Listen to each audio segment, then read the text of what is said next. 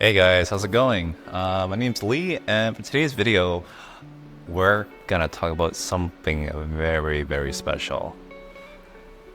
And it's about a medium format camera. The Fujifilm GFX 50S Part 2.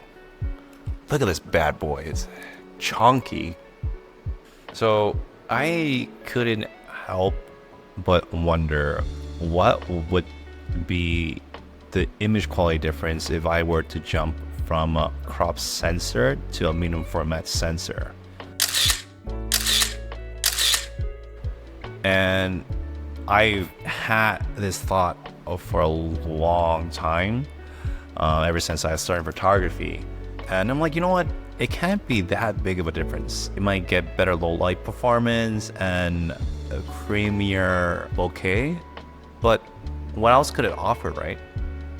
The sensor size from crop to a medium format, it's huge. It's humongous. So I was just browsing through Facebook Market, just for fun, looking through like what's on sale for cameras, and I saw a GFX 50S Mark II for sale, brand new, for a really good price. Also rented a couple native glass, which would be the 35 to 70 millimeter f 3.5 to something 5.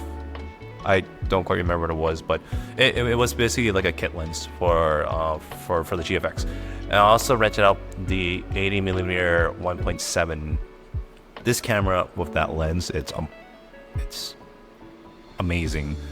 The image quality that comes out of this camera, it brings tears to my eyes. I don't know, I have a hard time to describe the image quality that comes out of the GFX. It's that the people talk about like there is a medium format look. The subject separation, it looks like it's almost 3D on a 2D flat photo, which is kind of crazy to say, but it's just like the separation is nice. You could see like the bokeh is more creamier, the subject's more in focus. So the thing about GFX cameras, or I guess any large sensor cameras or medium format cameras, is that the autofocus is super slow. It's only because of the fact that the sensor is so big, it needs like time to like capture and focus on the subject. As I'm talking about this camera, is that the new Fujifilm GFX 100 Mark II came out a couple months ago, and based on the specs, that thing's a beast. I strongly believe that camera is gonna change the whole like landscape of like photography for medium format users, and just the mindset that you can't use medium format for anything but landscape and portraits. So kudos to Fujifilm, and hopefully one day I'm able to fork over $10,000 or something to afford it. So you can also do video on this camera. It's your basic 1080p, like 30 frames per second, and there's no F-log or anything. It's all 8-bit, which is fine if you're only doing photography, right? But the weird thing is that they have this like movie and still mode toggle on the top left corner of the camera. I'm just thinking, like, I don't know what they were thinking, because what's the point of adding that if this camera is more photocentric than anything else? Like the 50S Mark II can only record 1080p. I don't see the point of adding that. So I'm gonna showcase some of the photos I've taken with this camera, so that we can see my trip in Japan, portraits, weddings, and some landscapes.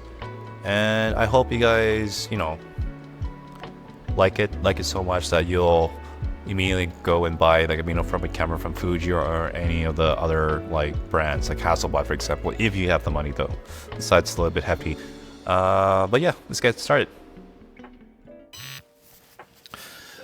I have been having a great time using the 50S Mark II, but there are a few things I want to point out. One is the focus is contrast-based detection, not your typical phase and contrast hybrid detection you see on most modern cameras. Like for example, like the XT-5, the XT-2, and XT-2S. It was really hard to make sure the camera is focusing on the correct subject. It's because it's using an old sensor directly inherited from the 50R. Hence, it lacked a lot of the video capabilities and the less stellar autofocus system rarely you would see on the 100S and the newly released 100 Mark II. I used my GFX along with my XT-2 for a wedding I shot a couple months ago. It wasn't hard at all to match the GFX and XT-2 files to each other despite the sensor difference. Overall, I love the camera. It's probably my favorite camera of this year, and it will become my main camera moving forward for all photography needs. If you guys like the content, don't forget to hit the like button. If you have any comments, feel free to leave it in the comment box. And do not forget to subscribe. Cheers.